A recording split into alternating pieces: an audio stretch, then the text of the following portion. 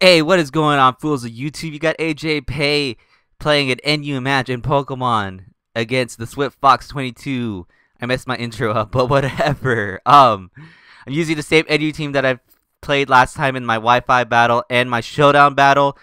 And this team is walled by a lot of well, not a lot, a few Pokemon, and one of them is in this game, which is the Musharna. But everything else on his team seems manageable to me, and if I set up Stealth Rocks, and then even Spikes, this is definitely going to be an easy win for me for once in my life. But I decided to lead off with my person as he leads off with the Luxray. I kind of want to set out what set this Luxray is. If it's more of a bulky set, I can see if it has leftovers, so I go for the Fake Out. I don't see any leftovers, so I'm assuming he is Choice or Life Orb, so I'm going to switch into my Sock because I thought the Gorlek switch was pretty too obvious, and he predict that, which he does, and my Sock is going to live that, and even if he did go for the Wild Charge, I still have the Sturdy Attack, and I'm a Scarf as well. So I'm assuming he's Choice at this point because I don't see Life Orb because no one really runs an Expert Belt one nowadays. As I'm going to go for a Fake Out on his switch into Tangela. That's not going to do that much at all. It's kind of useless for me because it does less than 25%. So he's going to regain all that back from the Regenerator at some point in time. But I go into the number one check into a Tangela, which is Roselia.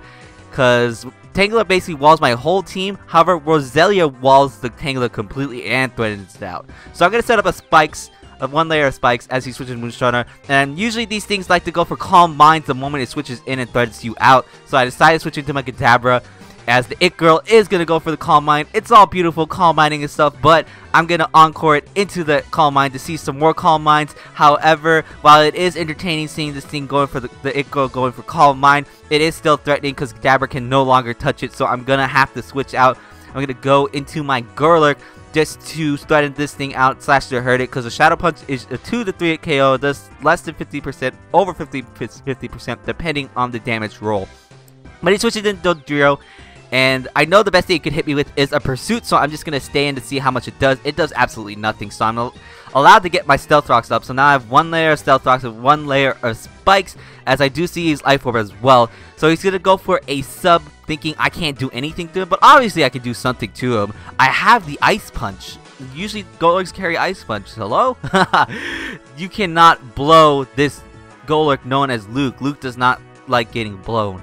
But he's going to switch into the Lapras. I do predict this correctly because I went for Ice Punch earlier. Ice Punch is resisted by Lapras by 4 times, and I think it has Thick Fat or Water Absorb. Well, it doesn't matter. But the point is I predict this switch and go for Earthquake.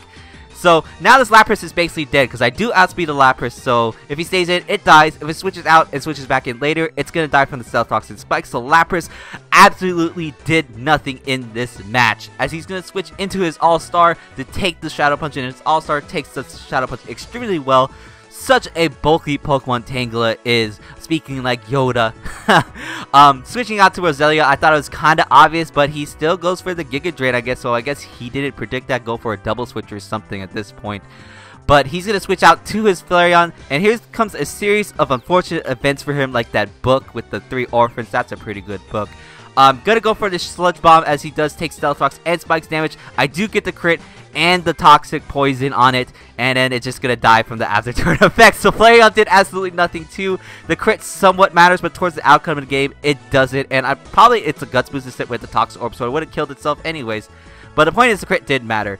Now, I do predict this Moonshiner to predict my Kadabra switch. That's why I stand go for the Sludge Bomb, as he does go for the Signal Beam, predicting my Kadabra. And I get confused, unfortunately, so now he knows I'm going to switch, so he's probably going to go for a Calm Mind. But I decide to go into my Golurk now because I'm thinking it does not have Shadow Ball since it has Signal Beam. And Shadow Punch at this point is a 2-hit KO from this range, and I know that a +1 Psychic will not kill me off. So that's exactly what Luke's going to proceed to do. Luke is tired of seeing this Calm Minding shenanigans. We don't want an encore anymore. Luke is just tired of this crap. He's just going to Shadow Punch this thing twice and proceed to knock it out, as I'm getting way ahead of myself of the narration. Well, actually, I am getting way ahead of myself of the narration, because Musharna doesn't even die from Luke, because it switches out to this Tangela, which is the good play, as I go for the Shadow Punch. I was just talking a whole bunch of bull crap. But he's at like around 50% of health at this point. But now I thought this switch to the Roselia was pretty obvious, but at this point I didn't really care if he even like predicted it or went for a double switch or anything. But he does go for a Giga Drain again on my Roselia. It does absolutely nothing. I mean, look, it went for like 3 Giga Drains, and look how much damage it's done to me so far. Absolutely nothing. as he's going to switch out to Lapras and sack the Lapras so you get a free switch into something. So there you go. Lapras did absolutely nothing as I went for the Shadow Bomb. I mean, Shadow Bomb, what? Sludge Bomb. Shadow Bomb should be a move. That'd be a cool 6th-gen move, wouldn't it? Gonna switch into my defensive Wartortle Harry because he's the only one that hasn't seen action yet, and he can take hits from this Dodrio as he does go for a sub.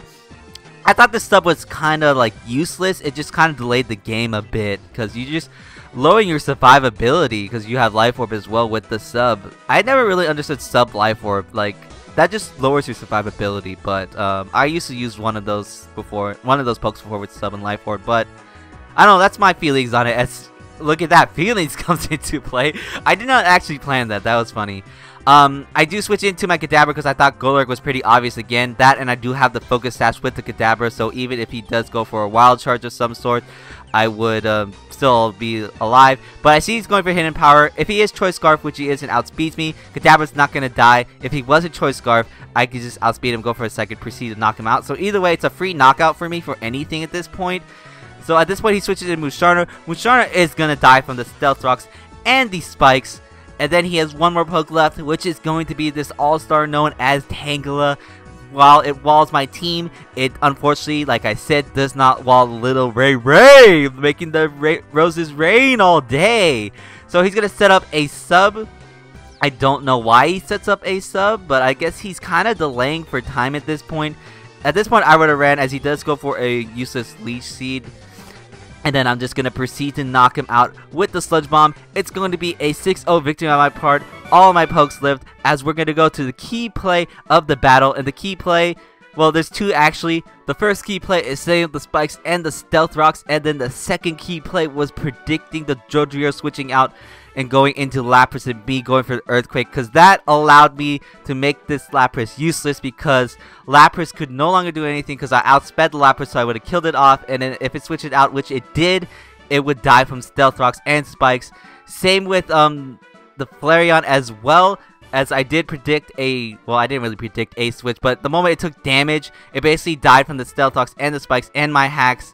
And mainly the Stealth Rocks and the Spikes took a few victims, such as the Lapras and the Musharna as well. So that was a very good game. The TheSwiftFox22, I enjoyed that one pretty well. I kind of want to apologize still that I'm not posting close matches, because I haven't gotten a close match lately on Wi-Fi, but I have been on Showdown. That's why I'm going to be doing Showdown weekends now. So Saturday and Sunday I will be posting Showdown matches, and they're going to be pretty damn good ones, considering I have a week to, like, you know, get them uploaded and stuff, and to narrate them. And also the fact that Showdown, it's easy to get a match as well, and I usually get closer matches there as well. And that about does it for me, guys. So like if you like, comment if you like, and subscribe if you like, and I'll see you fools later.